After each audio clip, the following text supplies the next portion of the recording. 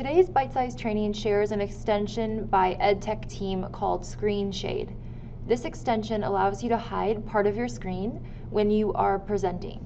After adding the ScreenShade extension to Chrome, I can come back to the materials I'm using in my instruction.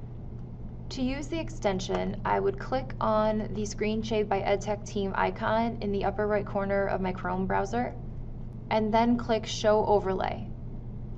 And so this big gray overlay box will pop up and I can adjust it before I get ready to present to my students. Another option I have is for the overlay to automatically go away after a certain amount of time. So I can set an overlay to disappear automatically after 3 minutes, and you'll see that it started a countdown here.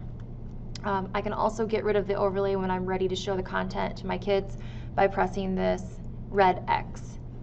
So maybe I'm working with my students on some whole group instruction and we're going through problems together, or we're having a discussion, or there's just something in my materials that I don't want them to see just yet. But as we move through together and I'm ready to reveal that content, I can simply click on the X and show the kids what's next, what content has been revealed.